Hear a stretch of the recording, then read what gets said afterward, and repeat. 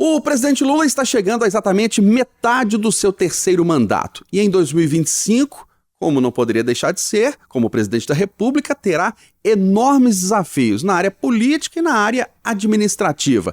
Na questão administrativa, por exemplo, a colocação em prática do pacote de corte de gastos. Foi a maior discussão do governo no final agora de 2024. Ele terá condições administrativas, técnicas e políticas para colocar em prática esse pacote? E do ponto de vista político, o presidente Lula já de olho nas eleições presidenciais de 2026.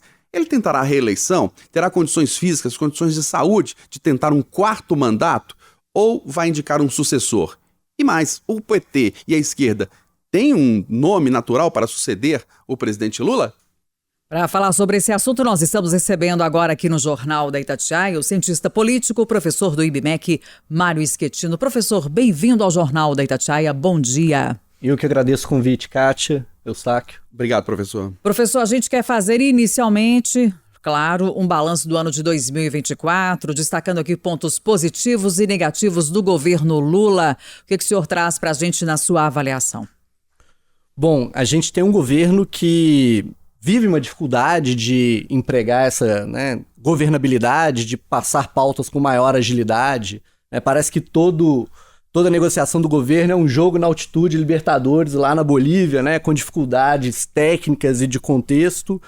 E isso passa muito pela perda de poder que a presidência, como instituição, teve ao longo dos últimos 10 anos, a nossa crise política que o Brasil viveu nos últimos anos. Tudo isso passa por uma expressão que a gente ouviu muito também no noticiário, que são as emendas parlamentares. O eixo está aí para que o governo conseguisse avançar com as propostas necessárias? Exatamente, Kátia. A gente pode dizer que assim, a caixa de ferramentas da presidência da República para negociar com o campo político como um todo, e principalmente o Congresso Nacional, diminuiu muito nesses últimos anos. Por quê?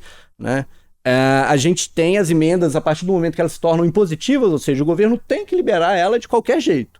Não importa se concorda, se não concorda, se é oposição, se é posição, ele precisa liberar essas emendas.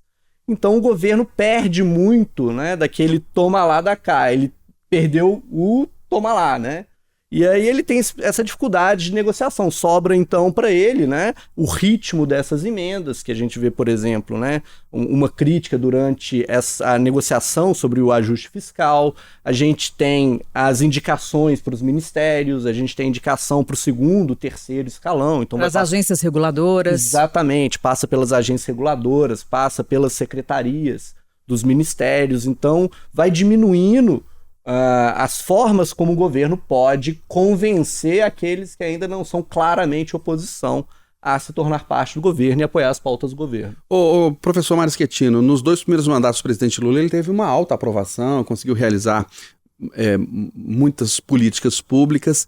Nesse terceiro mandato, até agora, e para 2025, ele vai ter condições técnicas, administrativas e força para conseguir colocar em prática as políticas públicas. Aí a gente pega como exemplo de novo o pacote de corte de gás. O governo, o presidente Lula está turbinado para conseguir fazer as coisas? Esse que é o grande problema, A partir do momento que ele não consegue ter essa ferramenta, que eram as emendas parlamentares, que ele tinha no primeiro e no segundo mandato, isso cria uma dificuldade muito grande para o governo. A gente tem também uma outra mudança no cenário político, que é uma certa desestruturação do campo político.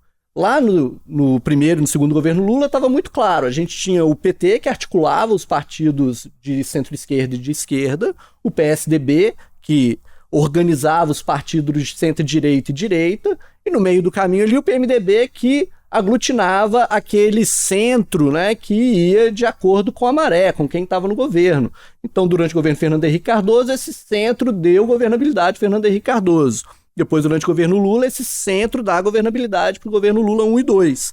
Agora, como a gente não tem mais essas emendas parlamentares que condicionam, seduzem esse centro, a gente tem um pouco mais de dificuldade de realizar essa governabilidade. Um outro ponto que a gente tem uma mudança é sobre a comunicação política. Lá no início, há 15 anos atrás, a gente tinha uma comunicação política que passava muito mais pela rádio e pela televisão. Hoje, isso passa pelas redes sociais. Inclusive, o PT fez um encontro agora em dezembro com essa autocrítica, né? Dessa dificuldade, a gente fala PT porque a gente está falando que é o partido do presidente Lula, dessa dificuldade de se comunicar por meio das redes sociais, um uso que a direita faz muito bem, pelo menos atinge o público-alvo. O senhor acredita que em 2025 o governo Lula vai conseguir chegar melhor por meio dessa comunicação via rede social, falando inclusive de propostas? A gente viu uma dificuldade com o pacote de corte de gastos, um anúncio que foi feito falando de isenção do imposto de renda para quem ganha até 5 salários mínimos, que gerou muitas críticas, né, professor? Sim, até porque a comunicação social, né, pelas redes sociais que tem um impacto maior, é aquela, vamos dizer assim, né, no varejo, né? Então é o parlamentar, é quem está no poder legislativo. Para o poder executivo, essa comunicação é um pouco mais difícil, né?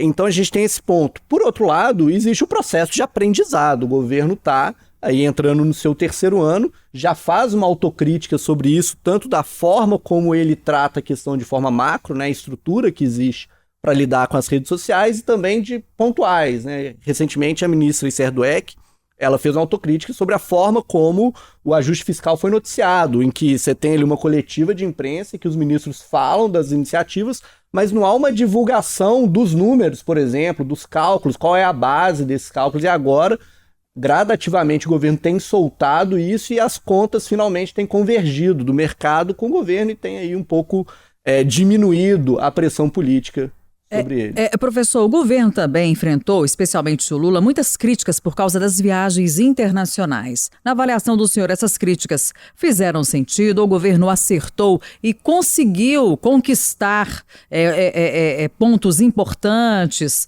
propostas importantes para o país com essas viagens internacionais? Bom, as viagens internacionais, elas trazem, né, elas ilustram um ponto que é muito importante neste governo, que é a retomada de um papel do Brasil como aquele grande mediador de interesses na política internacional. O Brasil tradicionalmente se coloca nessa posição de criador de pontes. A gente pode dizer aí, pelo menos nos últimos 40 anos, o Brasil ocupa essa posição. Talvez a gente consiga ver isso, né, na declaração final que surgiu do G20, que há muito tempo não tinha uma declaração que abrangia todos os países presentes na reunião, e a perspectiva é, de certa forma, esperançosa ou positiva, e que vai negociar questões de meio ambiente, que mostram essa iniciativa do Brasil de voltar a dialogar com o mundo, se reflete também em negociações que vão ter efeitos econômicos, sociais, como o acordo União Europeia e Mercosul, em que a gente consegue destravar uma questão que tinha sido bastante polêmica, que foi o reforço da legislação ambiental na União Europeia, que afetava muito o setor do agro no Brasil, e isso, de certa forma, foi destravado nessas negociações, exatamente também por causa dessa imagem de conexão que é criada pelas viagens presidenciais. Agora, professor, faltam 2 anos ainda, mas a eleição de 2026 para a presidência da República já é foco de discussão, negociações entre os políticos. E a grande questão envolvendo o presidente Lula é se em 2026 ele vai tentar a reeleição. Ele terá 81 anos de idade e a questão de saúde, né, é levada em conta, a questão física. Se o presidente Lula não se viabilizar do ponto de vista de saúde, vamos dizer assim, ele optar também por não tentar a reeleição, o PT só acha que tem ou não tem um sucessor para o presidente Lula? Na época da ex-presidente Dilma Rousseff, ele pinçou a Dilma Rousseff e a fez presidente da República. E agora? Agora eu imagino que o Haddad é um nome forte, né? Como ele concorreu em 2018, ele tem uma certa projeção nacional que outros nomes não têm, né? Acho difícil que aquele cenário da Dilma se repita, porque a gente não tem uma aprovação de 80%, 90% igual tinha em 2010. A aprovação do Lula, né? A aprovação hoje é por volta de 50%, ainda é uma aprovação alta, considerando que há uma crise de quem está no governo pelo mundo, né? Os governantes têm perdido, né? Bolsonaro aqui, no Uruguai recentemente, também a gente teve uma derrota do governo. Nos Estados Unidos a gente teve uma derrota do governo nas eleições. Então é possível, né, que o Haddad seja esse nome mais forte, porque já tem essa projeção nacional. E com Bolsonaro inelegível, o outro campo político, né, a direita, ela vai ter também uma dificuldade de encontrar um nome de projeção nacional, que já foi experimentado nacionalmente. Vão ter fortes nomes regionais, mas com projeção nacional é um pouco mais difícil. E o Haddad ocupa uma cadeira que, quer queira, quer não, está na mídia quase sempre, né, que é ministro da Fazenda. Então ele tendo algum sucesso nessa cadeira, acaba também contribuindo para ele ser o candidato desse campo. Janja, é uma questão em vários aspectos, sucessão de Lula e também a aceitação dela dentro do próprio governo, do ponto positivo e algumas controvérsias também? A Janja, ela é um desafio institucional para o PT, né? Uma vez que ela acaba comunicando algumas questões de governo, de campo político, não fazendo parte do arcabouço da estrutura institucional.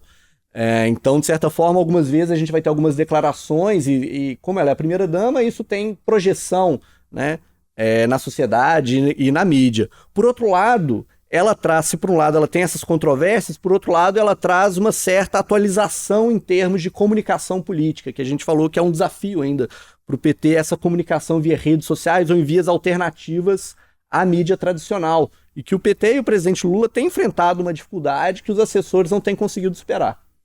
Nós conversamos no Jornal da Itatiaia de hoje com o professor Mário Schettino. Ele é cientista político, professor do IBMEC. Fizemos uma avaliação do ano de 2024 do governo Lula e as perspectivas para 2025 e 2026. Professor Mário Schettino, obrigado pela presença do senhor aqui no Jornal da Itatiaia. Um grande abraço e já um ótimo 2025. Eu que agradeço. Boas festas. Muito obrigado. Obrigado, professor, e até a próxima oportunidade.